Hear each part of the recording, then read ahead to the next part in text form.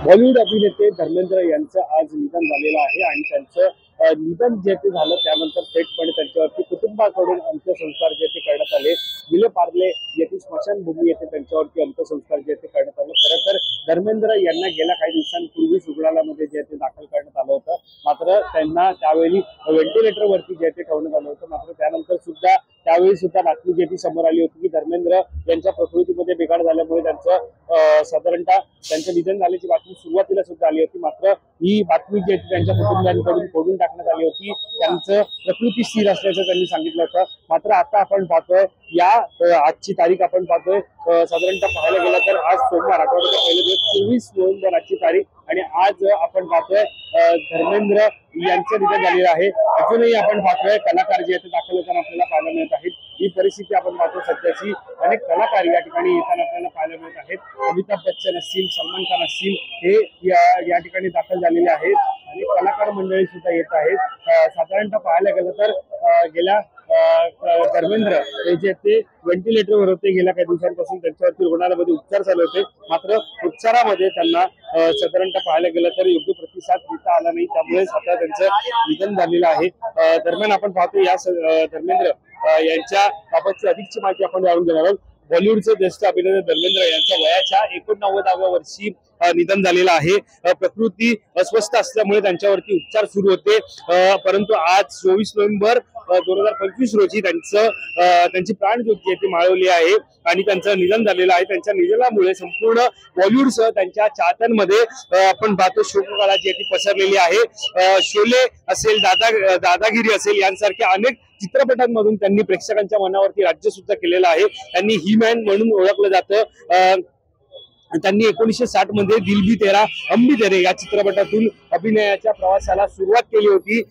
फूल और पत्थर या 1966 या चित्रपटामुळे ते बॉलिवूड मधील आघाडीचे स्टार सुद्धा बनले आणि सुरुवातीला अनुपमा या 1966, आये मिलन की बेला या 1964 यांसारख्या आपण पाहतोय चित्रपटांमधून त्यांनी विनोदी भूमिकांमध्येही यश मिळवलेला आपल्याला पाहायला मिळत आहे। खरं तर धर्मेंद्र हे नाव म्हणजे खरं तर चित्रपट बॉलिवूड मध्ये त्यांनी गाजवलेली आहेत। धर्मेंद्र म्हणजे शोले चित्रपटातील त्यांचे अनेक डायलॉग असतील ते सुद्धा आजही अजरामर आहेत। आजही मुंबईकर असतील, देशभरातील असतील, त्यांच्यावरती आजही धर्मेंद्र यांचे अनेक डायलॉग जे आहेत ते राज्य करताना आपल्याला पाहायला मिळत आहे।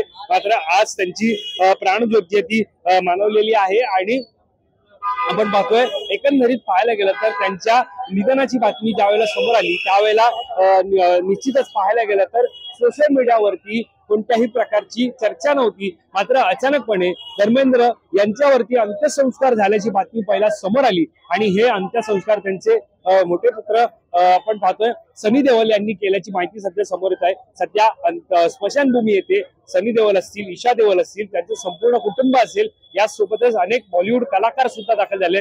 नुकताच बॉलिवूडचा खान सलमान खान सुद्धा या ठिकाणी दाखल झालेला आहे।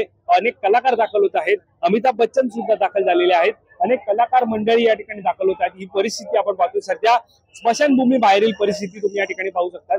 सध्या मोठ्या प्रमाणात या ठिकाणी आपण पाहतो या ठिकाणी पोलिसांची गर्दी सुद्धा पाहायला मिळत आहे। काही कमी लोकांमध्ये आपण पाहतोय या ठिकाणी अंत्यसंस्कार हे झाल्याचं आपल्याला पाहायला मिळत आहे।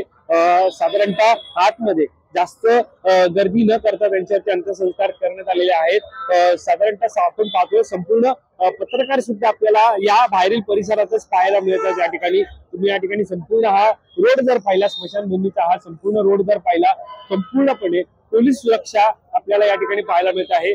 पोलिसांच्या सुरक्षा अवस्थेतच या ठिकाणी अंत्यसंस्कार जे ते आतमध्ये पार पडले आहेत। साधारणतः कलाकार असतील, नेते मंडळी असतील हे या ठिकाणी दाखल होत आहेत। अजूनही कलाकार आपण पाहतो या ठिकाणी दाखल होत आहेत। जसे कलाकार येत आहेत ते आपल्याला पाहायला मिळत आहेत। आता आपण पाहतो सद्यस्थितीत या ठिकाणी अनेक कलाकार मंडळी असतील त्या आपल्याला या ठिकाणी दाखल होताना पाहायला मिळत आहेत। धर्मेंद्र यांच्या अंत्यसंस्कार अंत्यविधीला ते दाखल होताना आपल्याला पाहायला मिळत आहेत। अनेक कलाकार मंडळी जे असे येत आहेत आपण पाहतो या ठिकाणी आता आपल्याला पाहायला मिळत आहेत।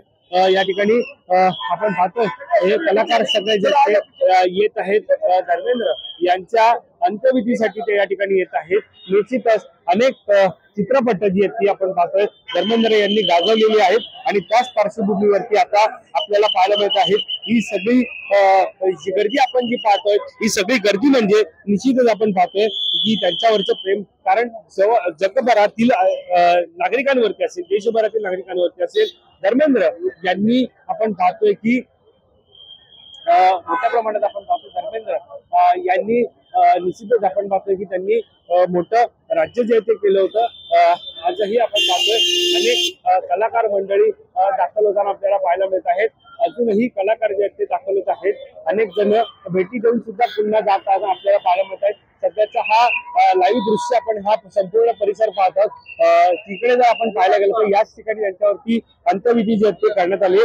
त्यांचे मोठे पुत्र सनी देओल यांनी अंत्यविधी केली। ईशा देओल सुद्धा त्या ठिकाणी दाखल आहेत। साधारणतः आपण पाहतोय की ज्या प्रकारे ते रुग्णालयात रिच कॅन्डी या रुग्णालयामध्ये ते दाखल होते।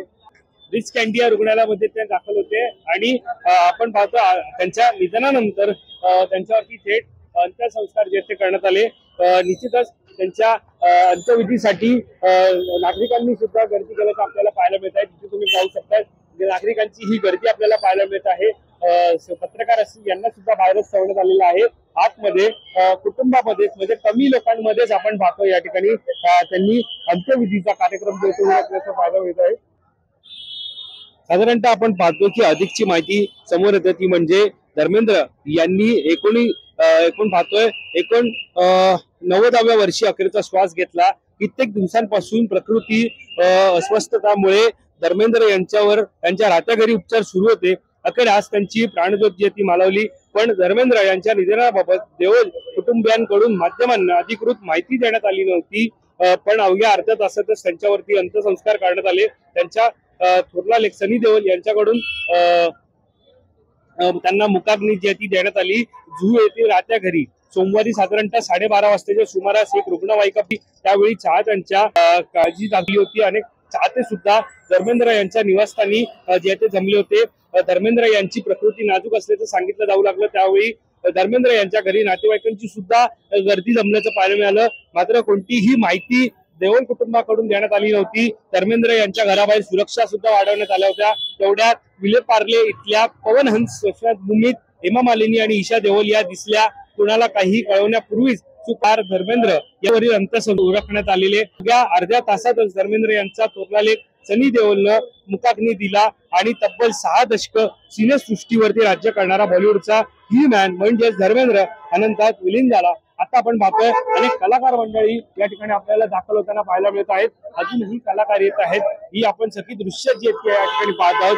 कलाकार आतमध्ये जात आहेत। मात्र ही सगळी आपण पाहतोय प्रचंड गर्दी सुद्धा नागरिकांची या ठिकाणी जमलेली आहे। दरम्यान या सगळ्या गोष्टीवरती या घडामोडीवरती आपलं लक्ष असणारच आहे। या संदर्भातली अधिकची माहिती जाणून घेण्यासाठी तुम्ही माय महानगर लाईव्हला सबस्क्राईब करायला विसरू नका। कॅमेरा पर्सन अवधेश कोरीसह मी वैभव पाटील, मुंबई।